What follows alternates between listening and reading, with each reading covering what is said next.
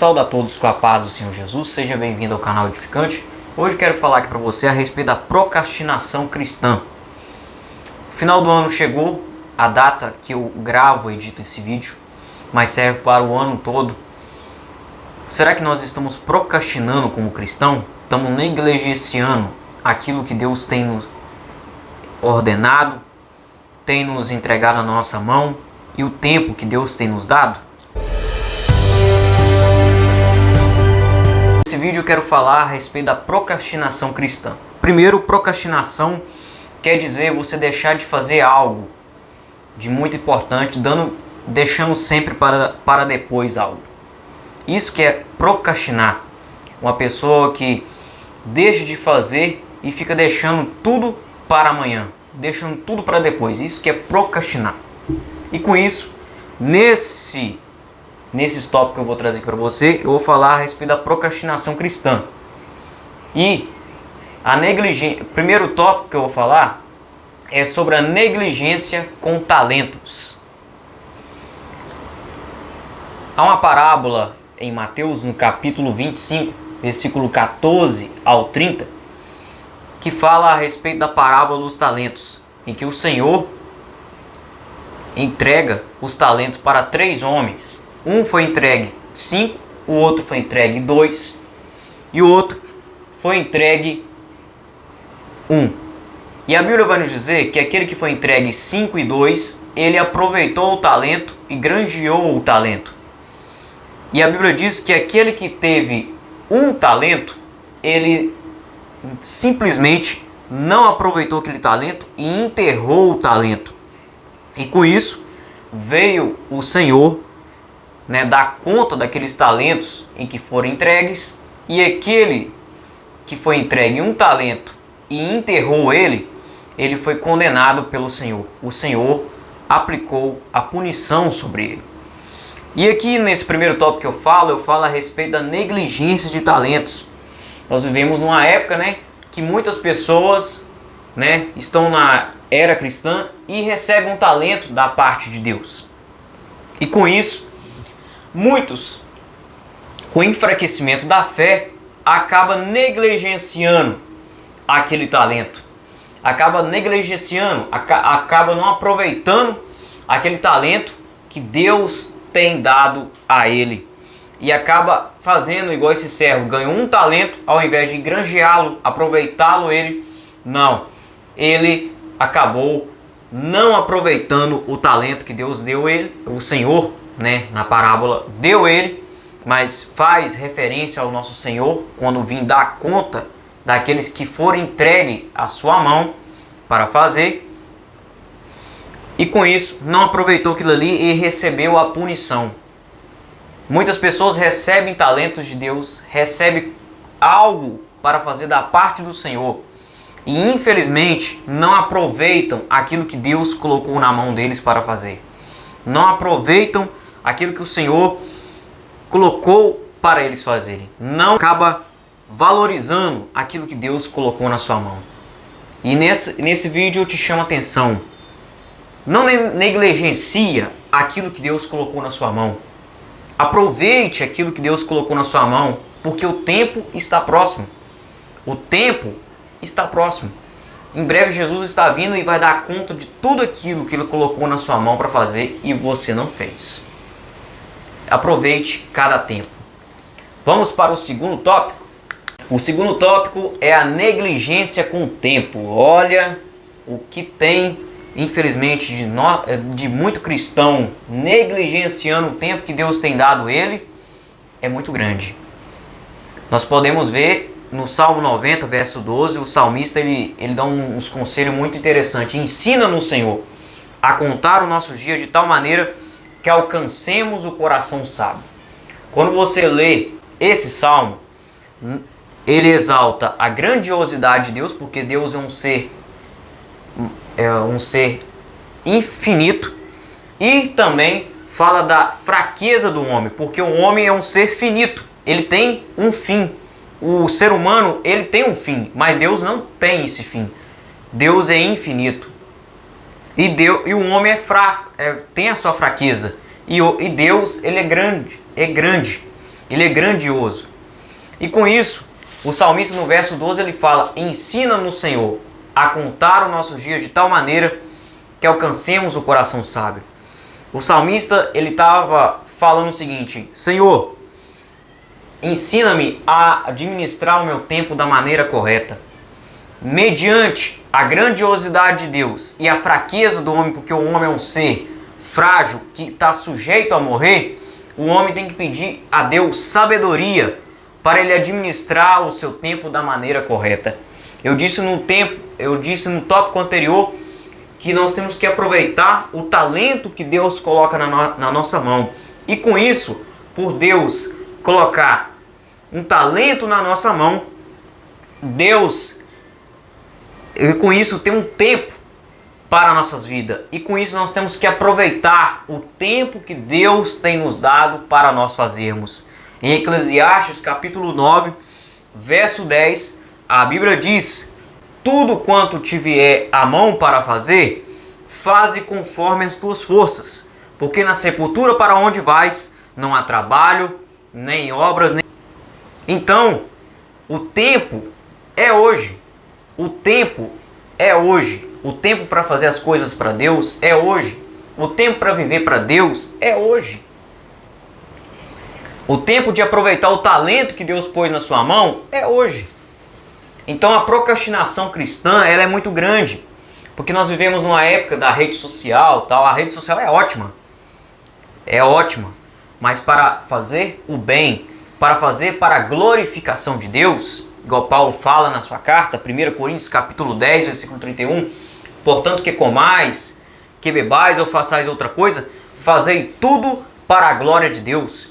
Se for para fazer algo, faça para a glorificação de Deus. E com isso, nessa era cristã, muitas pessoas têm procrastinado o tempo que Deus tem dado à pessoa. Deus tem dado tempo para a pessoa pregar e a pessoa não está pregando. Deus tem dado tempo para a pessoa viver uma vida de grandiosa na presença de Deus, exercendo e dando muitos frutos para a glorificação de Deus, e a pessoa não aproveita o tempo. E o tempo é hoje. O tempo é hoje. Então, a procrastinação é algo que a pessoa fica deixando para depois. Amanhã eu vou ser crente. Amanhã eu vou ser melhor. Amanhã eu vou orar mais. Amanhã eu vou ler a Bíblia. Amanhã eu vou consagrar. E a pessoa vai deixando, o tempo vai passando. E o tempo que Deus deu ela? O tempo é a mesma coisa de eu pegar um copo d'água e derramar numa mesa. Tem como você recolher aquela água para colocar novamente no copo? Não tem como. E assim é o tempo que Deus nos dá para viver a vida dele. Não tem como recuperar o tempo perdido. É necessário nós rever conceitos e procurar mudarmos a nossa maneira de visão com Deus. Porque muitas das vezes nós brincamos muito com o tempo que Deus tem nos dado. Prova disso é da parábola das 10 virgens, Mateus capítulo 25. Quando nós olhamos lá a parábola das 10 virgens, as 5 loucas e as 5 prudentes. As 5 loucas, elas descuidaram e acabou que as suas lamparinas se apagaram, né? E as 5 prudentes falaram para as 5 loucas ir comprar, e o que vende e comprar. Só que nós temos que tomar muito cuidado, se nós formos assemelhar com as 5 loucas, tomar muito cuidado, porque o azeite do Espírito Santo talvez pode estar faltando nas nossas vasilhas, e o tempo está passando, e o noivo está vindo. Então nós temos que tomar cuidado. O tempo, ele é valioso. Nós temos que tomar muito cuidado com o tempo que nós investimos. Tomemos cuidado com o tempo, porque o tempo não tem como recuperá-lo. O tempo é agora. O tempo de mudar é agora. O tempo de viver na presença de Deus é agora. Então tomemos cuidado. Vamos tomar cuidado ao procrastinar na vida cristã. Agora vamos para o terceiro tópico.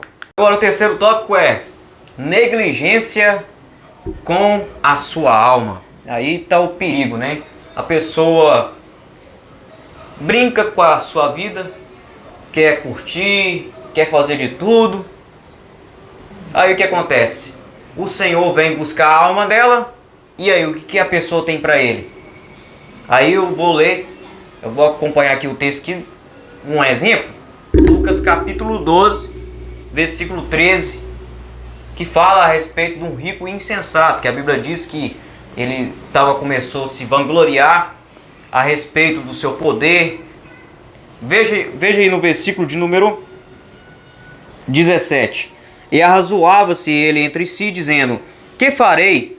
Não tenho onde recolher meus frutos. E disse: farei isso, derribarei celeiros, edificarei outros maiores, e ali recolherei todas as minhas novidades e meus bens. E direi à minha alma: almas, tens em depósito muitos bens para muitos anos? Descansa, come, bebe e folga.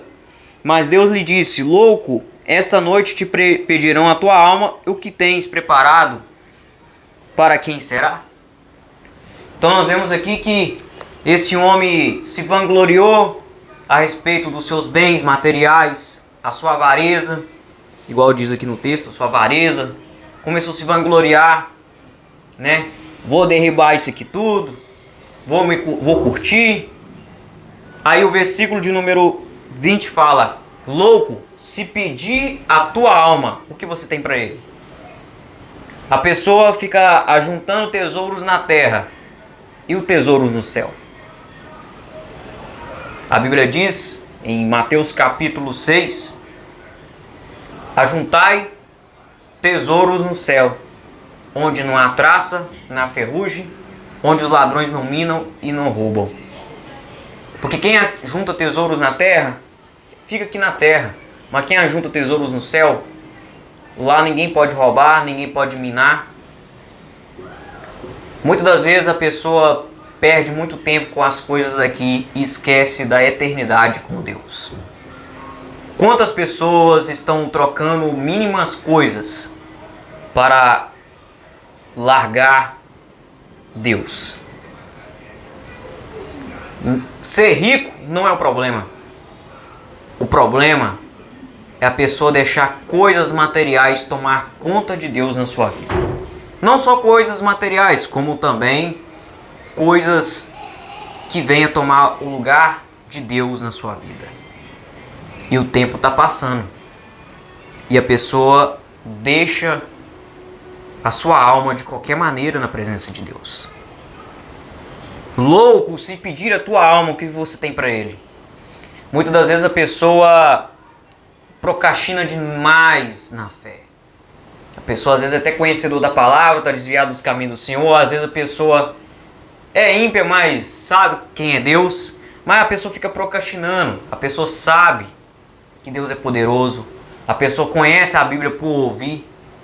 E a pessoa ignora a voz de Deus na sua vida. E o tempo vai passando. E quando Deus pedir a sua alma, o que você tem para ele?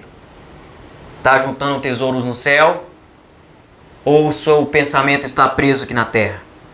Paulo fala em 2 Coríntios capítulo 4, versículo de número 18, não atentando para as coisas que não se veem, porque as que não se veem são temporais, e as que se veem são eternas. Tome cuidado, não fica olhando para coisas passageiras, olha para coisas eternas, querer a eternidade com Cristo. Isso aqui vai ficar, esse aparelho, esse microfone que eu estou gravando vai ficar. Tudo isso aqui vai ficar. E a sua alma, para onde vai? Para onde vai a sua alma? O outro exemplo que eu vou te dar, para me encerrar a palavra, é em Lucas capítulo 16, quando a Bíblia vai nos contar a história de Rico e Lázaro. A Bíblia diz que Lázaro comia das migalhas que caía da mesa do rico. E a Bíblia vai nos dizer que acontece que o rico vai lá para o Hades e olha lá o rico lá no berço lá com o pai Abraão, né? E a Bíblia vai nos dizer que ele pede a Abraão, naquela parábola que Jesus conta, deixa-me olhar a ponta da língua para mim sentir refrescado por causa daquele tormento que ele estava sentindo naquele lugar. E a Bíblia vai nos dizer que ele chegou até a pedir. E a Bíblia vai nos dizer que ele chega até a pedir um pedido ousado, né? Deixa eu ir até meus irmãos para me dar testemunho desse lugar que é um tormento. E a Bíblia vai nos dizer que, no versículo 29 e 30, disse-lhe Abraão, ele tem Moisés e os profetas e ouça-nos. Não Abraão, meu pai, mas se algum dos mortos for ter com eles, arrependa-se. Aí, versículo 31. Abraão lhe disse, se não ouve Moisés e os profetas, tampouco acreditarão, ainda que algum dos mortos ressuscite. Olha para você ver isso aqui. Essa parábola que Jesus conta. Como é que um homem desse queria sair do Hades, esse lugar de tormento, para ir pregar, se nem mesmo os profetas e Moisés eles ouvem, vai ouvir você? Olha, isso é forte. Mas infelizmente o tempo é agora. Eu te convido, o tempo é agora. Não negligencie a sua vida.